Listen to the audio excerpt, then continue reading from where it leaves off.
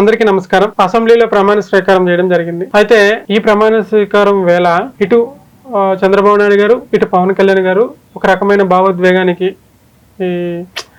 ఎదురెదురు పడేటప్పుడు లోనైనట్టు నాకు అనిపించింది. అసలు ఎందుకు అనిపించిందా ఏంటనేది ఒక చిన్న విశ్లేషణ చేసుకుందాం. ఫస్ట్ బాబు గారి హిస్టరీ చూద్దాం.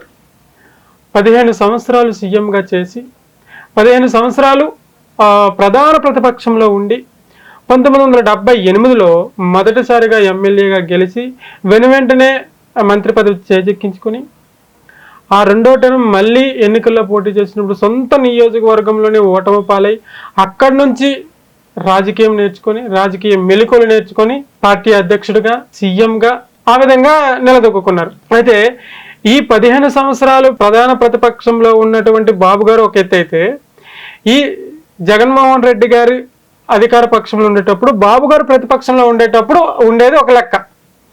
ఎందుకంటే అనేక రకాలైన చిత్కారాలు, అనేక రకాలైన అవమానాలు, నిండు సభలో భార్య కోసం, కొడుకు పుట్టుక కోసం, ఫ్యామిలీ కోసం, ఆ ఫ్యామిలీలో ఉన్నటువంటి ఆడవాళ్ళ కోసం ఇష్టం వచ్చినట్లు మాట్లాడడం, అది చూసి బాబు గారు తట్టుకోలేక నేను ఇదొక కౌరవ సభ, నేను ఈ సభలో ఉండను, మళ్ళీ ఈ సభకంటూ వచ్చేది ఉంటే మళ్ళీ నేను సీఎంగానే ఇక్కడికి వస్తా అని చెప్పేసి ఒక శబదం చేసి వెళ్ళిపోయిన బాబు గారు, ఇదిరా తెలుగోటి సత్తా, ఇదిరా తెలుగుదేశం సత్తా, ఇదిరా చంద్రబాబు నాయుడు సత్తా అని చెప్పి మళ్ళీ సీఎంగానే అధిక మెజారిటీతో అసెంబ్లీలో అడుగుపెట్టడం జరిగింది. పవన్ కళ్యాణ్ గారి దగ్గరికి వస్తే మెగాస్టార్ తమ్ముడు, లక్షల్లో కోట్లలో ఉన్నటువంటి అభిమానులు, ఇట్లా బయటకు వస్తే కోట్లలో వెనక నడిచే అభిమానులు, ఒక సినిమా చేస్తే కోట్లలో రెమ్యూనరేషన్, ఒక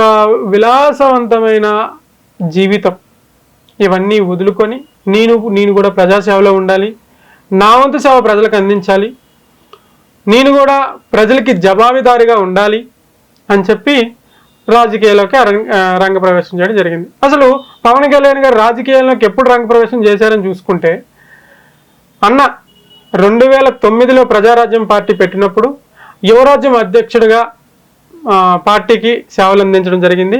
కొన్ని అనివార్య కారణాల వల్ల ఆ పార్టీని కాంగ్రెస్లో విలీనం చేయడం జరిగింది. అయితే అక్కడితో ఆగిపోకుండా 2014లో జనసేన పార్టీని స్థాపించడం జరిగింది. అప్పుడు ఉండే కారణాల వల్ల, అప్పుడు ఉండే ఇబ్బందుల వల్ల బ్యాక్ ఎండ్లో ఉండి ఇటు టీడీపీకి ఇటు బీజేపీకి పొత్తులో ఉండి సపోర్ట్ చేసింది. అప్పుడు టీడీపీ అధికారంలోకి వచ్చింది, కానీ అంటే టీడీపీ బీజేపీ అప్పుడు ఒకటో సీట్లు అక్కడ కూడా గెలిచినట్టుంది, నాకు గుర్తులేదు. అయితే అప్పుడు టీడీపీ అధికారంలోకి వచ్చింది, కానీ జనసేన అప్పుడు అధికారంలో లేనందువల్ల ఆ పార్టీ కొంచెం దూరంగా ఉండడం వాస్తవం.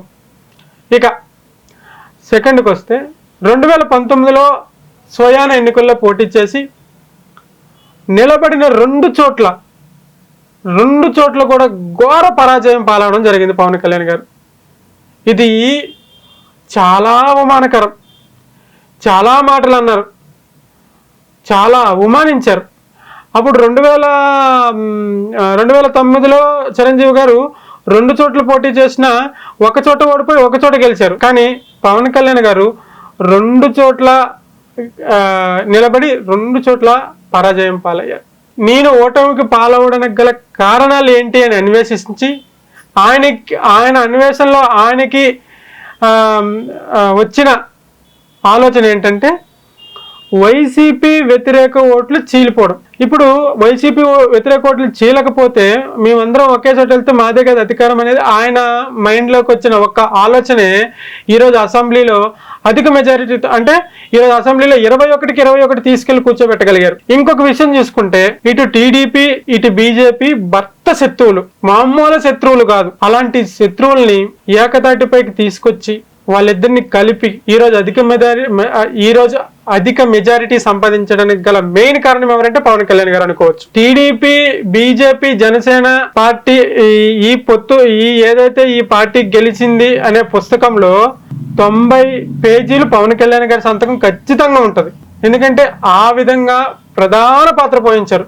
అంటే మెయిన్ ఎజెండా ఒకటే, ప్రజలకి సురక్షితమైన పాలన అందించాలని ఒక ఎజెండాతో ఆ రెండు పార్టీలని కలిపి ఈరోజు అధిక మెజారిటీతో అసెంబ్లీలో కూర్చోవడం జరిగింది.